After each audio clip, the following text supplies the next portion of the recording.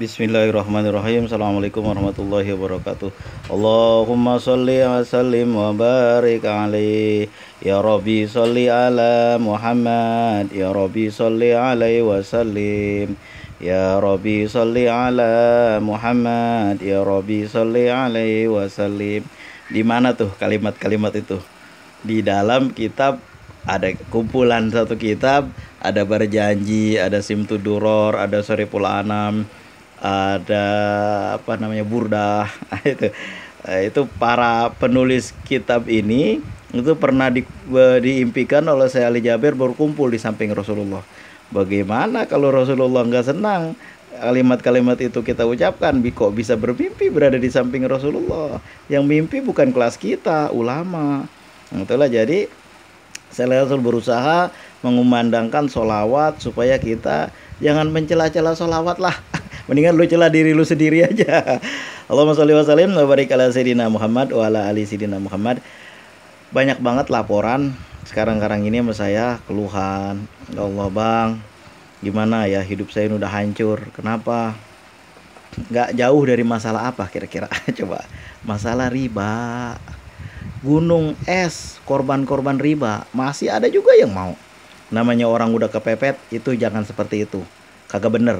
Ya kepepet, nanti ujungnya makin dalam galian kita. Satu lubang tutup lagi, makin dalam ini. Minjem 1 juta, dikasih cuman 880 ya laporannya. Bayarnya 1,5 juta. Coba bayangin kayak gitu. Itu namanya lintah darat, nyekek. Jauhin yang kayak begitu. Samping itu, rezeki kita nggak barokah. Apa nggak barokahnya? Jalan rezeki kita ditutup. Jalan rezeki kita jadi sempit. Coba itu bayangin. Asal mau ngambil riba, ingat jalan rezeki kita bakalan ditutup. Kakak percaya? Cobain. Udah banyak banget yang lapor sama saya melalui WA, melalui komentar, dan juga saya lihat sendiri dengan mata kepala saya sendiri dari masih kecil. Dan ini yang baru-baru kejadian sekitar berapa tahun lalu ya? Berapa tahun lalu lah itu ada satu orang. Jadi anak gadis ya. Jadi sama orang tuanya udah masing-masing dikasih tanah. Ada tanah dekat dengan saya ini, kampung sendiri. Lalu ada yang dikasih ruko. Sayangnya begitu dia menikah, suaminya ngambil uang riba. Banyak itu ngambilnya. Sampai akhirnya ruko itu ditarik. Itu jadi jaminan. Nah itulah berkah. Kenapa tuh? Itu tadinya bisnis apa ya, saya nggak tahu. Itu katanya sih bisnis entah apa lah, itu barang material lah itu bangkrut. Jadi bangkrut gara-gara itu mungkin. Jadi bangkrut, udah gitu ya udah ketarik. Sekarang udah bukan jadi milik dia lagi. Itulah yang gak berkahnya kayak gitu. Gak berkahnya kayak gitu. Maka dari itu ini banyak banget nih WA, bang tolong kasih tahu amalan apa karena saya udah kepepet. Ya bagaimana nolongnya? Gimana nolongnya? Makanya juga tuh dalam konten yang tadi saya buat yang hari ini tanggal 13 bulan 8 itu ngomongin masalah preventif, pencegahan. Diatur manajemennya. Dulu saya pernah dimarahin sama orang. Apa kata orang? Mana lagi bang yang kagak riba? Semua riba sekarang mah. Mentok kanan, mentok kiri, atas, bawah, depan, belakang, injek, ya semuanya riba, dia bilang. Ya lu kerjain aja, gua mah kagak mau. Soalnya kenapa? Soalnya khawatir nanti usaha kita nggak berkah, itu aja masalahnya. Wah saya berkah aja bang, ini bertambah belum? Bukan sekarang. Ada yang bilang sama saya, bang saya di pagi kemarin tahun lalu saya ambil jualan, saya pakai modal. Tahun kedua sepi, tahun ketiga bang bangkrut, kagak ada sisanya. Tuh emang kagak jadi pelajaran buat kita yang kayak gitu. Yang sampai kejadian sama kita yang kayak begitu. Gunung es korban riba. Akhirnya apa? Masih alhamdulillah kalau dari itu kita sadar. Lalu kita mendekatkan diri kepada Allah. Kita bertobat, itu kita buang-buangin, kita kagak mau. Kita pakai usaha juga bangkrut. Kita kasih makan buat anak-anak juga pada bandel.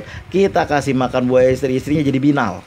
Kalau orang Betawi bilang binal, apa itu, kayak kuda itu bandelnya minta ampun. Dikasih tahu kagak denger, masuk ke kuping kanan, keluar kuping kiri. Macam orang gak denger ajan, waktu lahir kayak diajanin. Ya itu akibatnya. Habis bagaimana orang udah keenakan lubuk duitnya begitu. Kalau kita kasih tahu nih, kita dicela-cela, ya gak ada masalah. Ntar kalau udah kena Kalau udah kena nih, mana ada gituan yang makmur, yang makmur bandarnya. Dan bandar juga kagak makmur itu. Mana ada orang makan riba yang makmur? Kagak ada. Akibatnya apa nih kita yang udah membaca sholawat, yang setiap hari rajin membaca sholawat, setiap hari sujud kepada Allah, sepertiga malam kita bangun, jauhi itu. Baru-baru ini ada orang menulis komentar di tempat saya. Saya bang dulu kenal tahajud itu gara-gara saya dulu suka riba, dia bilang. Jadi saya bertobat nggak mau itu, saya terus mohon kepada Allah supaya bagaimana keluar dari riba. Lalu saya rajin tahajud tiap malam. Alhamdulillah tetap saya kerjakan sekarang walaupun saya udah nggak ada riba lagi, dia bilang. Alhamdulillah. Kalau kita sadar dengan adanya kejadian seperti itu, coba itu ada. Sedih kita ngelihatnya kan, orang-orang yang udah terlibat itu sedih. Karena dulu saya kecil-kecil udah pernah ngelihat juga nih. Dulu ada saya punya suatu kawan, yang kawan itu bukan kawan saya langsung karena orang tua, saya anak-anak. Itu dekat dengan orang tua saya punya. Dengan saya punya orang tua dekat. Jadi suatu hari ketika saya main-main, ada 2 orang berbaju jaket, orangnya tebeg-tebeg, itu ditagih. Entah apa yang dibilang, kayak saya masih anak-anak. Lalu saya tanya sama Mbak, itu kenapa tadi abang itu, ya gak usah saya sebut lah namanya, abang itu, oh dia udah kena gituan lagi tuh, dibilang. Udah gue bilangin kagak denger, bang bapak saya. Ya begitu tuh akibatnya tuh. Nah itulah, jangan sampai terkena sama kita. Nanti kita mau ngapain aja susah, mau kerja susah, bentar-bentar ditelepon. Yang gitu mah jauhin aja. Bang, bagaimana kalau udah kita kepepet? Coba kepikir, kepepet tuh gara-garanya apa? Coba dulunya diambilnya untuk kepentingan apa? Kadang-kadang untuk kepentingan hedon. Jadi susah, pengen HP yang lebih bagus lagi. Padahal mah HP kentang saya juga gak ada masalah ini. Bisa kerekam, bisa ngasilin dari YouTube. HP kentang ini, HP kentang tuh HP apa? HP udah jelek banget, udah pada burik ini. Tapi alhamdulillah masih berkah-berkah juga tuh. Itulah yang kayak gitu dijauhin, jangan kayak gitu. Nanti akibatnya apa ya, ngambilnya mah enak, ntar giliran lagi ya kalau kita ngambil nih yang dikeluarin bidadari pada ngebujukin kita. Ntar nih begitu udah nagih nih, yang keluar siapa? Dracula. Itu kawan saya cerita kayak gitu.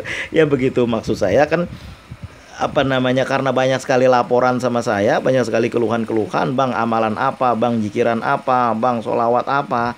Ya bagaimana kita mau bilang kalau udah kayak begini?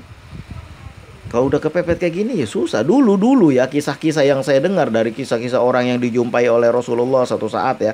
Saya mendengar dari suatu ulama berkisah begini, suatu hari ada seorang pedagang yang dagangannya bangkrut dagangan dia itu. Lalu dia nggak tahu lagi bagaimana caranya, penagih banyak banget. Biasanya orang begini, ngambil barang dulu, nanti baru bayar. Itu sebenarnya nggak ada masalah kalau kayak gitu, namanya agen. Saya juga dulu waktu masih SMA ngambil barang sama engkoh. Saya sebenarnya nggak mau ngambil, saya mau datang mau bayar utang aja. Saya bilang, kok kemarin itu ada yang belum dibayar sama saya. Nih, saya bayar 2 juta waktu tahun itu. Tahun 95 lah. 1995. Lalu engkau bilang, lu belanja apa hari ini? Nggak belanja kok, hari ini cuma bayar utang doang. Oh kagak boleh kayak begitu, kata engkau. Lu ambil barang-barang, apa yang nggak ada di warung lu, di toko lu yang nggak ada apa. Akhirnya ini itu segitu lagi.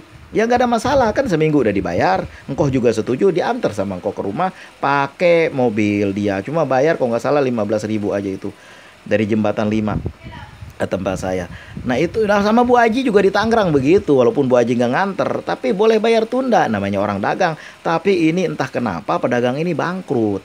Jadi dia udah nggak tahu lagi cara membayar gimana. Lihatin coba orang pada nagih semuanya. Akhirnya dia memohon kepada Allah. Duduk aja nggak bisa ngapa-ngapain, cuma memohon, berdoa kepada Allah. Beliau membaca salawat banyak-banyak. Lalu ketika itu malam-malam dia bermimpi kedatangan Rasulullah. Dalam mimpinya itu, kira-kira kita bisa begitu nggak? Susah kalau kita. Kenapa? Kita aja baru kenal salawat sekarang, baru rajin salawat baru sekarang. Dulu dibilangin apa salawat itu dibaca, apa itu muji-muji manusia. Sekarang begitu kepepet baru dah. Itu masih alhamdulillah juga daripada pergi ke gunung anu, betapa di tempat anu. Hasilnya apa yang ada, kita berperjanjian dengan setan. Itu pun kalau bener loh. Kalau kita terlibat suatu masalah, tertimpa suatu masalah, lalu kita dekat kepada Allah, kita kembali kepada Allah, itu kan kalau nggak salah saya, Rasulullah pernah bersabda, kama qala Rasul, yang artinya kalau kita itu kurang lebihnya ya, karena saya udah lupa lapar hadisnya, kalau kita gembira dengan onta kita yang pergi. Orang Arab kan ukurannya begitu. Onta yang cakep, yang agak kemerah-merahan itu dia lari, lalu dia balik lagi, kita gembira kan? Karena barang kita agak jadi hilang. Lah kalau zaman kita motor kita lah hilang, tapi alhamdulillah bisa balik lagi. Itulah kira-kira ketika kita menjauh dari Allah lalu kita balik kepada Allah, Allah sungguh gembira. Kenapa? Melihat hambanya itu selamat. Selamat, Nabi kurang lebih begitulah kira-kira, kurang lebih begitulah mafhumnya, yang dipahaminya begitulah. Begitulah kita ketika kita udah semua kesulitan semuanya. Memang kadang-kadang manusia ini kalau kagak dipukul dengan suatu bencana, dia nggak akan inget itu, dia akan lupa sama Allah. Kudu digituin kayak nafsu. Nafsu itu kisahnya harus dibakar dulu dia di neraka puasa. Kosongin perutnya, apa gak makan-makan, nah baru udah dia bilang dah, engkau adalah Tuhanku sedangkan aku hambamu. Baru bisa begitu. Biasanya bulan puasa ini diceritain. Nah orang itu kedatangan Rasulullah dalam mimpinya. Ketika kedatangan Rasulullah Rasul menyuruh dia untuk menemui emir, pemimpin, apa itu, kepala yang ada di situ, pemimpin daerah lah, gubernur lah kalau zaman kita yang ada di situ, untuk menyampaikan bantuannya. Nah malam itu juga ternyata sang emir bermimpi ketemu Rasulullah, disuruh membantu pedagang dari Khurasan kalau nggak salah saya namanya, pedagang dari Khurasan. Ketika dia datang, ya saya bagaimana mau masuk ke tempat emir ini, saya aja nggak dikenal. Kemudian itu ada rombongan ulama baru keluar dari situ. Lalu kebetulan orang Khurasan ini kenal. Ya Syekh, dia bilang, tadi malam saya ada satu masalah begini. Tadi malam saya bermimpi dengan ketemu Rasulullah, lalu begini dan begitu. Oh iya, mungkin kamu yang dicari tadi. Tadi soalnya kami ini semua dipanggil karena emir dia malam tadi dia bermimpi bertemu Rasulullah, suruh membantuin orang Khurasan katanya. Nggak tahu orangnya mana. Mungkin kamu, ayo masuk, dibilangnya. Nah, sudah masuk, ditanyalah, ya emir, ini ada suatu orang yang begini dan begitu. Oh iya, kamu pedagang dari mana? Khurasan ya emir. Oh kalau begitu, kamu dibilang, ini saya kasih untukmu bantuan, dan saya gembira atas saya malam tadi bertemu Rasulullah dalam mimpi saya. Nah orang-orang soleh bisa aja pertolongan Allah datang. Kalau kita ya susah. Kalau kita kenapa? Kalau kita baru kenal Rasulullah aja sekarang, ya jadi susah. Tapi tidak ada yang mustahil buat Allah. Yang penting kita mendekatkan diri kepada Allah. Nomor satu, jauhi yang namanya riba. Jalin hubungan baik dengan semua orang. Lalu terutama dengan orang tua kita, saudara-saudara, kerabat kita. Jangan pelit. Nanti kalau pelit kawan kita korun. Apa yang bisa kita bantu, kita bantu. Kalau kita nggak bisa bantu, apalagi. Penghasilan kita cuma 3,5 juta. Kita membantu orang 10 juta. Bagaimana cara bantunya? Susah juga kalau kayak begitu. Karena saya dulu udah sering banget. Ujung-ujungnya saya juga yang jadi menderita. Nah inilah. Harus ada ukurannya juga. Kalau baru membantu 100-200 barangkali bisa. Cuma kalau udah tingkatnya besar, susah juga. Itu kita perlunya mendekatkan diri kepada Allah. Mudah-mudahan kalau kita membaca sholawat, kita sedang mengundang rahmat Allah. Dan datangnya rahmat Allah, pertolongan dari mana ya kagak bisa kita bilangin, terserah Allah. Yang penting kita dekatin diri dulu kita kepada Allah. Jauhi makanan yang barang-barang yang haram, dijaga. Jauhi riba. Jalin hubungan baik dengan semua orang. Mulutnya itu dijaga, jangan sampai lidahnya itu melukai orang. Melukai. Nah, kemudian yang ngambil nyuri-nyuri itu air PDAM, listrik PLN, itu juga bahaya itu. Bayar, kembaliin. Itu susah nanti itu. Kita mandi dari situ, bersuci dari situ. Airnya boleh nyolong. Gimana ceritanya? Ya pikirin aja, kata Kiai Haji Jainuddin MZ almarhum. Ya sama juga kita nyuci kain untuk sholat dengan air najis, ya sama aja. Jangan ada yang seperti itu. Kemudian juga rajin bersedekah, berapapun kita sedekah. Kalau ada 1.000 kita sedekah 1.000. Dan juga membaca sholawat kepada Rasulullah terus menerus, berdoa setelah membaca sholawat kepada Rasulullah. Sholat malam dijaga, sholat duha dijaga. Kalau kita ada waktu-waktu malam minggu, daripada nongkrong, daripada ngobrol, daripada gosip, mendingan sholat tasbih. Ini bang amalan orang tua. Emang kita kagak bakalan tua. Suatu saat kita tua. Suatu saat kuluman alai kapan. Setiap sesuatu itu pasti hilang. Illa wa yabqa wajhi rabbika jul jalali wal ikram. Barakallahu fikum. Mudah-mudahan ada hikmahnya, mudah-mudahan ada berkahnya. Jangan lagi kita menjadi korban gunung es riba. Korban gunung es, korban riba. Nah begitulah kira-kira. Kita jaga dari sekarang. Kita atur manajemennya. Barakallahu fikum. Jangan kelamaan. Assalamualaikum warahmatullahi wabarakatuh. Allahumma sholli wa sallim ala Sayyidina Muhammad abdika wa rasulika nabiyil ummihi wa ala alihi wa sahbihi ajma'in.